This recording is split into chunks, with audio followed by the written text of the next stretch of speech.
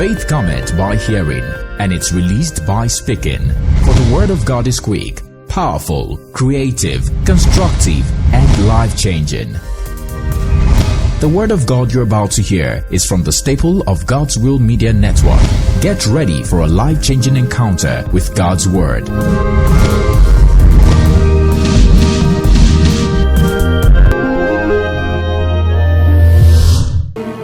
Sickness does not attack your physical body. Àìsàn kò lè dédé ta àgọ́ ara yín lọ́fà. I'm telling you, that is why the medical knowledge is limited in nature. Ìdí nìyẹn tó yẹ pé ọ̀rọ̀ tí àwọn onímọ̀ ìṣègùn They teach them anatomy. ó níbi tí wọ́n lè ṣiṣẹ́ dé. They Wọ́n máa ń teach kọ́ wọn. them human psychology, Abi. Wọ́n máa ń kọ́ wọn lóríṣiríṣi nípa They ìmọ̀ teach them physiology.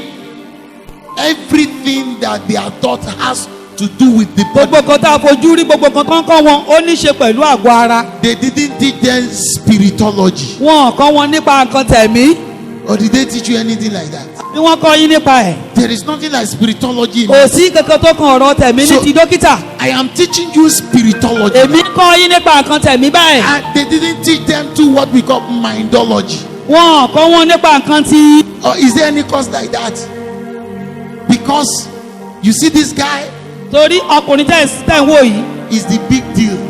Ìyẹn gangan ni kókó. His name is what we call executor Òun gangan ló máa fi nǹkan wá sí ìṣe. of any application. Ní gbogbo nǹkan tẹ́ bá ti kó sórí ẹ̀ gbogbo ẹ̀ So la máa mú jáde. whenever the devil wants to attack a man, Nígbàkúgbà tí èṣù bá fẹ́ ta ènìyàn lọ́fà. he doesn't attack his Kò kì spirit. í ta ẹ̀mí ènìyàn He lọ́fà. does not attack his body. Kò kàn ní ta àgọ́ ara ẹ̀ gan His lọ́fà. body has never been his headache for once. Àgọ́ ara yẹn kò sílẹ̀ tó kàn án He pẹ̀lú ẹ̀. attacked his mindset. Ọkàn ènìyàn gangan ló máa ń ta lọ́fà.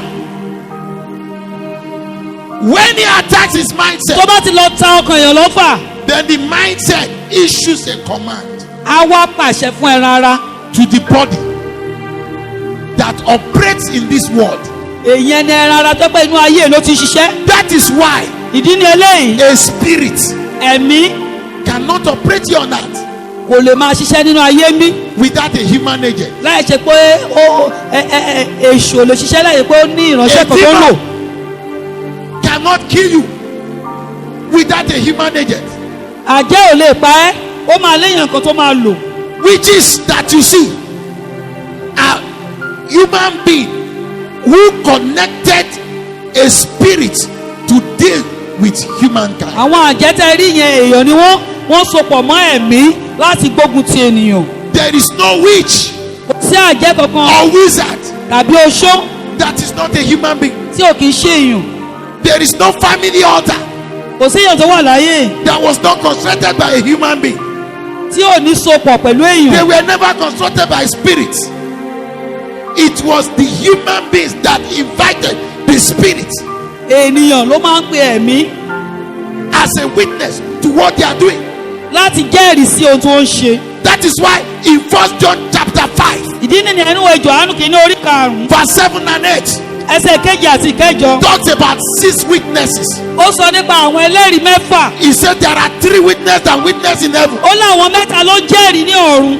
He said first the Father, Àkọ́kọ́ bàbá, second the ìkejì Word, ọ̀rọ̀ which is Jesus Christ, tó jẹ́ Jésù Kristi, third ìkẹta the Spirit. ẹ̀mí.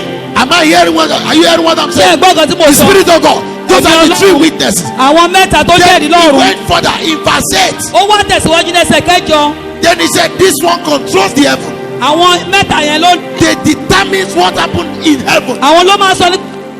But when you get to this world, Tó bá wá dé ayé ń bí, the system is not the same. kò rí bẹ́ẹ̀. That's where Christianity misses. Ibi gan táwọn kìrìsìtẹ́nì ti ń kùnà They nìyẹn. talk about Jesus Christ Wọ́n sọ nípa Jésù. as if Jesus is operating again in this world. Wípé Jésù Kristi ń ṣiṣẹ́ nínú ayé bí. No, sir. Rárá o, No. rárá. Didn't you read in the Bible Ẹ̀ẹ̀ka nínú Bíbélì ni that he ascended? wípé ó ti gòkè. Have you not read it? Àbẹ́ ẹ̀ka He operates in the heaven. ọ̀run ló ti ṣiṣẹ́ He tiẹ̀. stays there. Ó wà bẹ́ẹ̀. Interceding for you who is on earth. Ó ń gbàdúrà ó ń bẹ̀bẹ̀ fún wa nínú ayé ń bí. So he is limited in a way nítorí náà ó níwọ̀nba kan tó lè If you ṣe. don't understand some spiritual technologies, ọ̀pọ̀lọpọ̀ kan tẹ̀mí òye wa. there are some things as I speak to you right now. àwọn kankan wà bí mo ṣe bá yín sọ̀rọ̀ yìí. Jesus is not capable of doing it here on earth Jésù Kristi kò lè ṣe é nínú ayé ń bí. because he's no longer physically here. nítorí wípé kò sí nínú ẹran ara So mọ́. it depends on you. ó wá gbẹ́kẹ̀lé ẹ. He wants to partner with you ó fẹ́ bá ẹ ṣiṣẹ́ pọ̀. before he can do it here on kó earth. tó lè ṣe okòó nínú ayé ń bí. Are you hearing what I'm ṣé ẹ saying? gbọ́ mi báyìí. So when the disciples asked to be taught how to pray, nígbà tí àwọn àpọ́sẹ́lì béèrè bí wọ́n ṣe ń what did gbàdúrà, he teach them? kí ló kọ́ wọn? He said, pray like this. ó ní ká gbàdúrà Our báyìí. Father who art in heaven, bàbá wa tí ń bẹ ní ọ̀run, hallowed be thy name. ọ̀wọ̀ ní fún orúkọ rẹ. Thy kingdom come. ìjọba rẹ kí ó dé. Thy will be done on earth ìfẹ́ ìsìlẹ̀ ní ká ṣe láyé as it yìí. is where? bí a ṣe ṣe kí ni? bí a ṣe ṣe kí ni? In heaven. ní ọ̀run. It is already established in heaven. a ti fìdí ẹ̀ kalẹ̀ ní ọ̀run. What God wants to achieve ohun tó lọ́ọ̀ fẹ́ ṣe. is bringing heaven here on earth. ó ní pé kó sọ ọ̀run sọ̀kalẹ̀ sí ayé So yìí. the three witnesses is secured. nítorí pé àwọn ẹlẹ́rìí mẹ́ta yẹn ó ti dúró. The word has been made flesh. eléyìí sá ti sọ di ara. It has dwelled among men already. ó ti wá ń gbé láàrin wa. Finish his assignment. ó dẹ̀ ti parí iṣẹ́. He returned back to heaven ó wá padà lọ sí ọ̀run. as the living word. gẹ́gẹ́ bí ọ̀rọ̀ tó wà láàyè. According as it is written, gẹ́gẹ́ bá a ṣe kọ́. in the beginning was the word, ní àtìsíkọ́ṣe ni ọ̀rọ̀ wà. and the word was with ọ̀rọ̀ God, náà wà pẹ̀lú and ọlọ́run. the word is God. ọlọ́run gan ni He ọ̀rọ̀ said, náà. without the word, ó ní láìsí there ọ̀rọ̀. is nothing that you see that kò is sí made. kankan tó He ti said, ọlọ́run dá. all things were made by him. ohun gbogbo ni ọ̀rọ̀ náà dá. And he said, in this word, bíbélì sọ pé nínú ọ̀rọ̀ yìí. there is what? ibẹ̀ ni Life. ìyè wà. The life ìyè that is in the word tó wà nínú ọ̀rọ̀ náà. is the light ó ní ìmọ́lẹ̀. of men, ìmọ́lẹ̀ aráyé. is the deliverance ìtúsílẹ̀. of men, ìtúsílẹ̀ is the ènìyàn. healing ìwòsàn of men. ènìyàn. It is the justification ó ní ìdáláre ènìyàn. that is your breakthrough. àlùyọ That rẹ is your nìyẹn. prosperity. àlùyọ rẹ That nìyẹn. is your elevation. ìfọ̀lọ́wọ́sókè rẹ nìyẹn. But it will not operate ṣùgbọ́n kò ní ṣiṣẹ́. without you taking care of the three witnesses that láì is ṣe on pé a bá sọ̀rọ̀ lórí In ẹlẹ́rìí verse mẹ́ta 8. tó ń ṣiṣẹ́ láyé bí. under 1 John chapter 5. nínú ìwé Jòhánù He kìíní said orí there karùn-ún. are three that bears witness here. ó ní àwọn mẹ́ta kan náà tún jẹ́rìí nínú ayé Look bí. at what he called them. He said the water. ó ní omi. Are you surprised? ó yà yín lẹ́nu. Then the second one, ìkejì he said the blood. ó ní ẹ̀jẹ̀. Did you know that the blood is talking about ṣé mo pé ẹ̀jẹ̀ tó ń sọ nípa ẹ̀ is not the blood of Jesus? kì í ṣe ẹ̀jẹ̀ Jésù.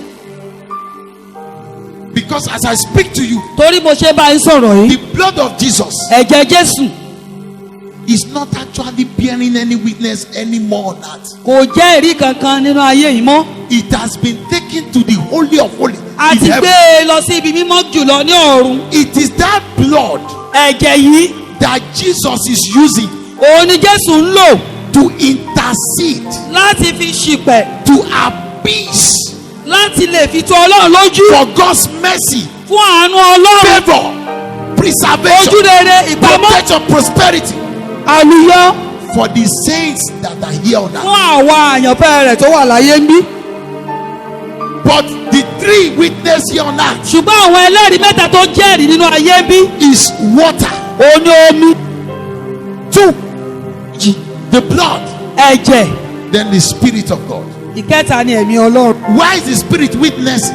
kí ló dé tí àwọn ẹ̀mí fi ń jẹ́rìí? Because ìdí ni when pé Jesus Christ was going, nígbà tí Jésù ń lọ he said, I will not leave you just as an orphan. ó lé èmi kì yóò fi yín sílẹ̀ láláì He ní said, there bàbá. are some things that you need to know now, àwọn kankan wà tó ní láti mọ̀ but you cannot know it. tó ò lè mọ̀ nísinsìnyí. When the Spirit of truth ó shall ní come, ṣùgbọ́n nígbà tí ẹ̀mí òtítọ́ ni bá dé, the Spirit of truth, when it shall come from heaven, nígbà tí ẹ̀mí òtítọ́ bá ti ọ̀run he sọ̀kalẹ̀ wá, will guide and lead you into all the truth. á wá tọ́ yín sí ọ̀nà He òtítọ́ said, gbogbo. he won't speak of himself, ó ní kò ní sọ ti ara ẹ̀, but we take from that which belongs to me wọ́n yóò gbà láti ọ̀dọ̀ mi wá, and reveal it to you. yóò wá fi hàn yín. Revelation ìfihàn that brings transformation, òun ló mú àyípadà wá, that guarantees your deliverance. tó sì máa mú ìtúsílẹ̀ rẹ wá. So now, therefore, nítorí ìdí èyí, he said, without the shedding of blood, ó wá ní láìsí ìtàjẹ̀sílẹ̀, there is no remission of sin. kò sí ìmúkúrò ẹ̀ṣẹ̀, There is no redemption. kò sí ìràpadà. Because the life Torí ẹ̀mí of any man ẹ̀mí gbogbo ènìyàn is in his blood. ó wà nínú ẹ̀jẹ̀. Is somebody hearing what I'm Ṣé ẹ̀ ń saying? gbọ́ mi báyìí? So now the technology of the devil Nítorí náà kan tí èṣù ń ṣe, is that he takes advantage of the blood lineage, a wá lo àǹfààní àwọn ìran ẹ̀jẹ̀ wa, builds an altar a wá kọ́ pẹpẹ based on what your forefathers has done. dúró lórí àwọn nǹkan tí baba ńlá rẹ ti ṣe. Your new creation does not affect your bloodline. Ìdí ẹ̀dá tuntun rẹ kò ní í ṣe pẹ̀lú ìran rẹ. Is somebody hearing what I'm saying? Ṣé ẹ̀ ń gbọ́ mi báyìí? Your new creation does not affect your Pé bloodline. òde ẹ̀dá tuntun kò ní í ṣe pẹ̀lú ẹ̀jẹ̀. There is nobody who became born again as a black person and become a white man after Kò redemption. sẹ́ni tó lè di àtúnbí gẹ́gẹ́ bí èèyàn dúdú lẹ́yìn ìgbà tó di àtúnbí kó wá di You èèyàn are funfun. still the son of your biological father. Ìwọ ọmọ bàbá rẹ sì ní ọ́. You didn't turn to the resemblance of Jesus Christ after redemption. Did Lẹ́yìn it ìgbà tó happen to di you? ẹ̀rọ padà ó di èèyàn funfun. Have you ever seen somebody say, you know, now I'm born again? Àbí bẹ́ẹ̀ni ẹ̀kọ́ sọ pé mo ti dà tún bí báyìí o. Don't you see my face? I look like Jesus. Ṣé o rí ojú mi pé ojú mi dàbí ti Jésù ni? The day I gave my life to Jesus, there was the day I stopped looking like my father. Ọjọ́ gan-an tí mo gba Jésù ọjọ́ yẹn ni mi ò rí bí ti bàbá mi mọ́. You are still like your biological father. Bàbá rẹ ló ìbí ọ. That is where the problem came. Ibi gan-an tí ìṣòro wà nìyẹn. So the altars they are built, Nítorí náà pẹpẹ tí wọ́n ti kọ́, the technology that they have designed àwọn nǹkan tí wọ́n ti ṣètò through your body nípasẹ̀ ẹran ara ẹ, is now fighting your mind. ó wá bẹ̀rẹ̀ sí gbógun ti ọkàn ẹ. And your spirit Ẹ̀mí rẹ begins to fight the òun mind. náà bẹ̀rẹ̀ sí ó ń bàjà. The message you just listened to is from the staples of God's Will Pentecostal Interdenominational Ministries. We hope you've been blessed richly. To get more messages such as this, connect with us on social media. God's Will Pentecostal Interdenominational Ministries on Facebook. God's Will Pentecostal Interdenominational on YouTube. We are located at number 1 Total Deliverance Cathedral, Aule Bus Stop, off Elisha Garage, Akure, Ondo State. Thank you for listening. God bless you.